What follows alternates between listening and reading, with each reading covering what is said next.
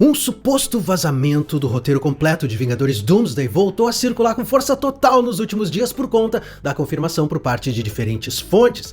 Se ele é real ou não, o que importa é que a história que aparece ali é ainda mais épica do que tudo que nós vimos em Vingadores Ultimato. Oi, eu sou o Gustavo Cunha e antes que você me pergunte, não, gafanhoto, não existe absolutamente nenhuma confirmação oficial de que esse roteiro sobre o qual a gente vai falar é verdadeiro. Normalmente eu nem costumo fazer vídeo sobre esse tipo de assunto, mas é impossível abrir a internet e não dar de cara com imagens ou vídeos falando sobre isso, então eu também vou dar o meu ponto de vista, meu pitaco sobre isso, certo? A Marvel não confirmou nada, ninguém no estúdio abriu a boca e tudo que nós temos é um texto que circula pela internet há meses. O que mudou agora, bom, o youtuber americano John Campea, um dos comentaristas de Hollywood mais conhecidos do circuito, ele declarou publicamente que esse vazamento bate com as informações que ele e o colega dele, o Robert Burnett, teriam recebido de fontes próprias, fontes que, segundo os dois, chegaram até eles por caminhos diferentes e contaram essencialmente a mesma história.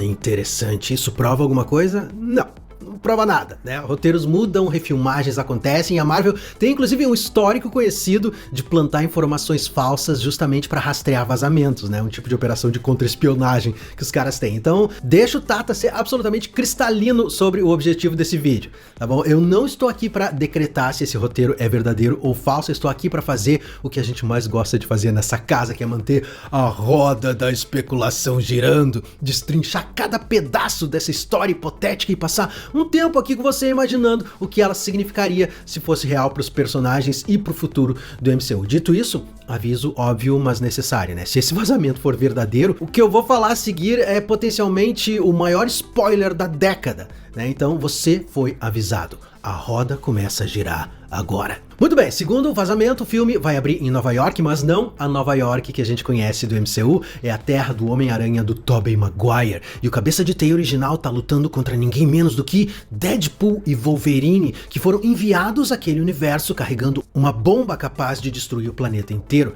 Essa bomba teria sido construída pelo fera, o Hank McCoy, com um único propósito: aniquilar o mundo do Tobey para salvar o mundo e o universo dos X-Men de uma incursão. Deixa eu explicar isso pra você, aqui na mecânica das incursões, as duas terras são o ponto exato de colisão entre as realidades, então se uma delas for destruída antes do impacto, o choque nunca acontece e os dois universos sobrevivem, ainda que um deles fique órfão do seu planeta mais importante. O Wolverine, do Hugh Jackman, consegue plantar o dispositivo, fica pra trás quando ele detona e morre junto com o Aranha do Tobey Maguire e todo mundo naquela terra. Deadpool escapa e o Professor Xavier assiste a destruição de longe, com tristeza, sabendo que não havia escolha. Cara, se isso for verdade, é uma das aberturas mais brutais da história do cinema. E aqui vale a primeira parada para reflexão, né? Porque essa escolha narrativa é genial em dois níveis. Primeiro, o nível emocional, não é um universo genérico de variantes que a gente nunca viu, né? Como aquela terra do Doutor Estranho no Multiverso da Loucura. É o universo do Tobey Maguire, velho. A trilogia que praticamente fundou o cinema de super-heróis moderno, né? O mesmo Homem-Aranha que a gente reencontrou emocionado em Homem-Aranha Sem Volta pra Casa. Então, destruir aquele mundo logo na abertura é um soco no estômago totalmente calculado, né? O filme tá dizendo pra plateia, sem meias palavras, que nada é sagrado e ninguém está seguro.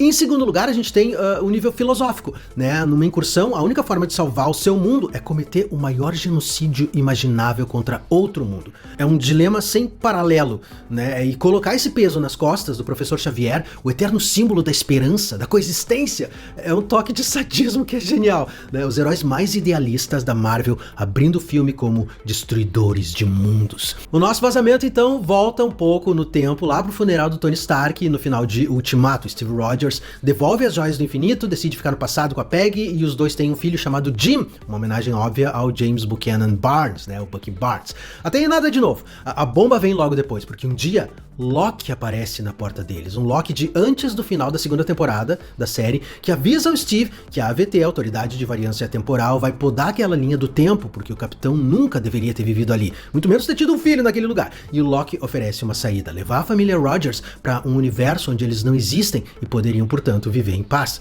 Coincidentemente, esse é o universo do Quarteto Fantástico, a Terra 828. Antes de partir, ele deixa com Steve um cartão especial de contato. Bom, vamos parar aqui, porque tem muita coisa acontecendo nessa parte parte do vazamento, certo? Primeiro, a escolha de um Loki anterior ao final da segunda temporada é um detalhe inteligente, faz sentido, né? Se você pensar bem, o Loki do final da série, transformado no deus das histórias, sustentando todas as linhas do tempo, provavelmente não ia precisar esconder ninguém de poda nenhuma, né? Um Loki de meio de jornada, porém, ainda operando dentro da lógica da VT, é a única versão do personagem para quem essa cena funciona.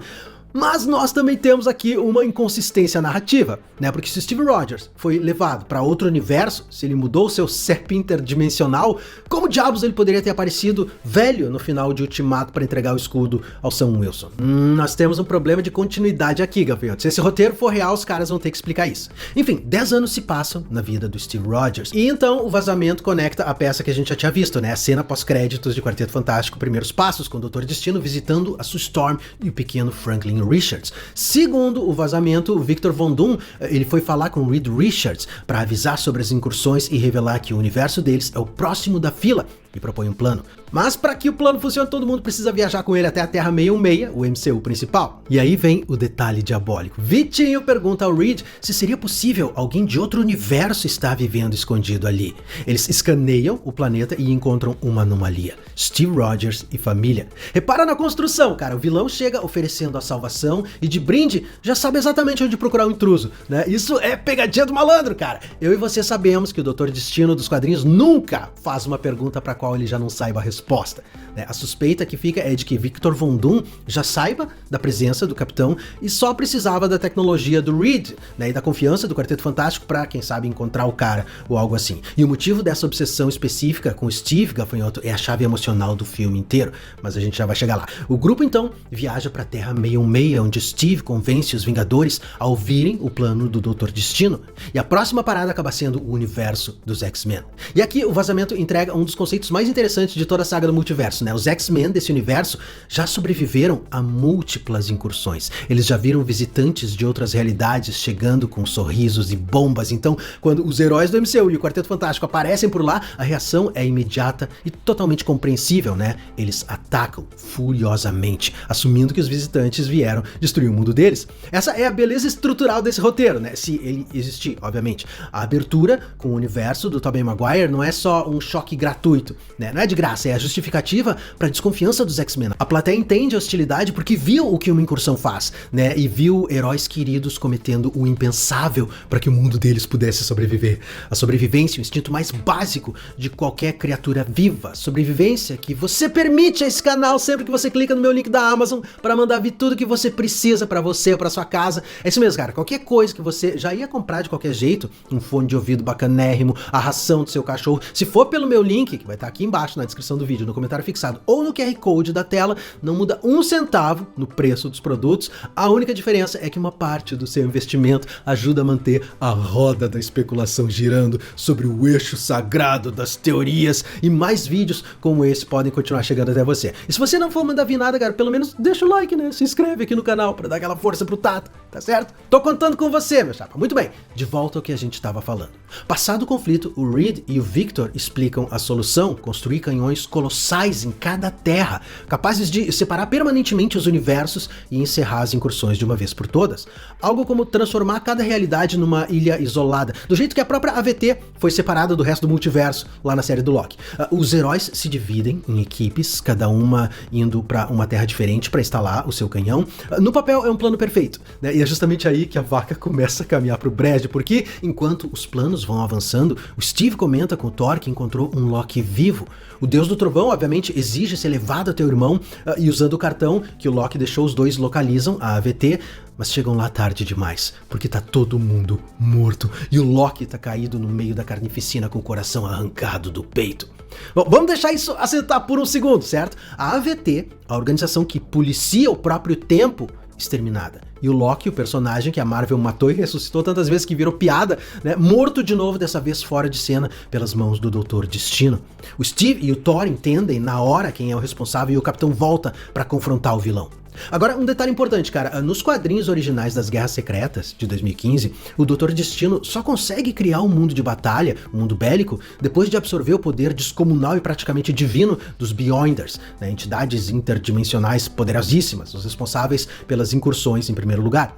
No universo do cinema, a gente não tem os Beyonders, então o Doutor Destino precisa encontrar algum outro ser que tenha um poder divino para se apropriar desse poder e criar um mundo de batalha. E que Deus melhor do que o Deus das histórias para fornecer o poder pro Vitinho construir a sua própria história, isolada de todas as outras, existindo sozinha no firmamento. Mas é claro que nos quadrinhos e na mitologia, deuses da trapaça têm esse costume inconveniente de não morrerem quando eles parecem mortos, e esse pode ser o elemento que vai permitir que a virada do jogo aconteça mais adiante. Confrontado pelo Steve Rogers, o Doutor Destino finalmente revela o jogo, né? Ele entrega a paçoca, os canhões nunca foram a solução, eles eram apenas um teatro, uma distração. O plano real é deixar as incursões acontecerem, permitir que o multiverso inteiro entre em colapso e então reconstruir uma parte desse universo à sua própria imagem, ressuscitando de quebra a família que ele perdeu.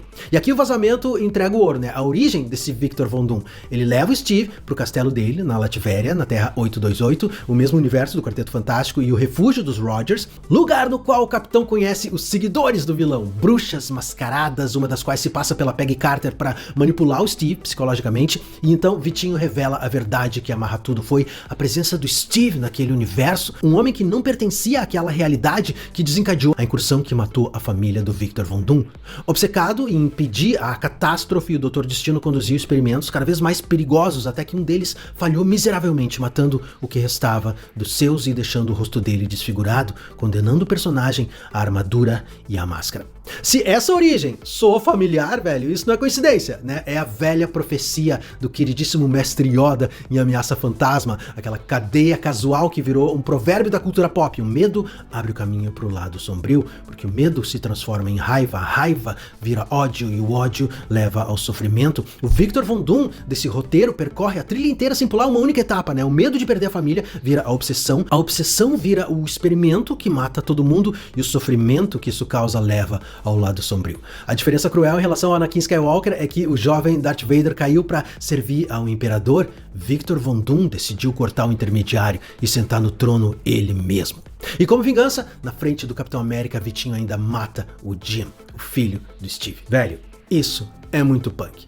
Pelo menos pra Marvel. Reflita comigo sobre o que esse trecho significa, cara, se for verdadeiro. Primeiro, o final feliz de Steve Rogers, o momento mais celebrado de Ultimato, a dança com a Peggy Carter, que fez o mundo inteiro se emocionar, tudo isso seria retroativamente transformado no estupim do apocalipse multiversal, né? O prêmio do herói vira o pecado original de toda essa saga. É uma reviravolta cruel, quase perversa e narrativamente brilhante. O MCU estaria dizendo que não existe final feliz sem que a conta chegue pra você pagar, que até o descanso de um soldado tem consequências cósmicas.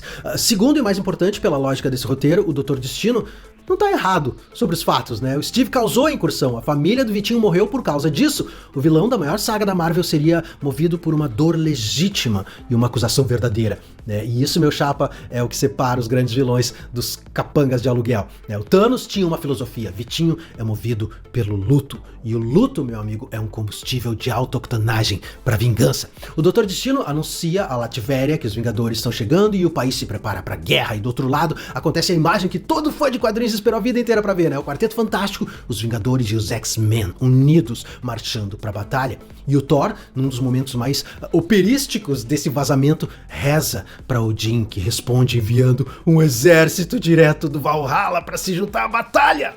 Você faz ideia de como isso é sensacional? Uma guerra colossal explode enquanto as terras começam a colidir no céu e então o impensável, a incursão se completa, os universos se chocam, todo mundo morre, todo mundo exceto Victor Von Doom. É revelado então que Vitinho roubou os poderes do Loki e usando essas habilidades o vilão cria um mundo bélico, uma colcha de retalhos de diferentes pedaços de terras, de diferentes universos. Ele ressuscita os mortos e apaga as memórias de todos eles. Os heróis e os vilões passam a viver novas vidas numa realidade falsa, acreditando que o mundo bélico é tudo o que sempre existiu. E na última imagem desse suposto roteiro, o Doutor Destino sentado no seu trono, o Deus imperador de tudo o que restou.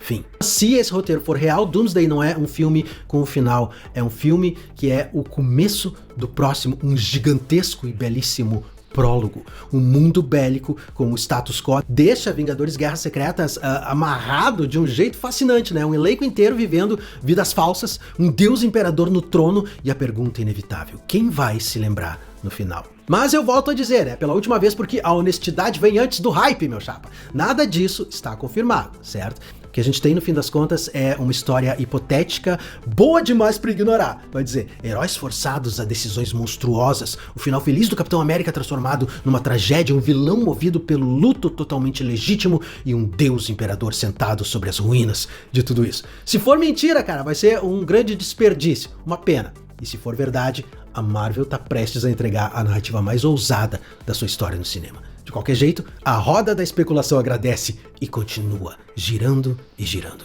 Não esquece que tem aquele cupom bacanérrimo da Amazon no link aqui embaixo na descrição do vídeo para você mandar vir tudo que você precisa para você ir para sua casa e de quebra ainda ajudar esse canal a permanecer no ar. Eu vejo você muito em breve, cara. Até lá, fica com Deus, permaneça bem, permaneça seguro, tá certo? Uma vez mais, muito obrigado e até a próxima.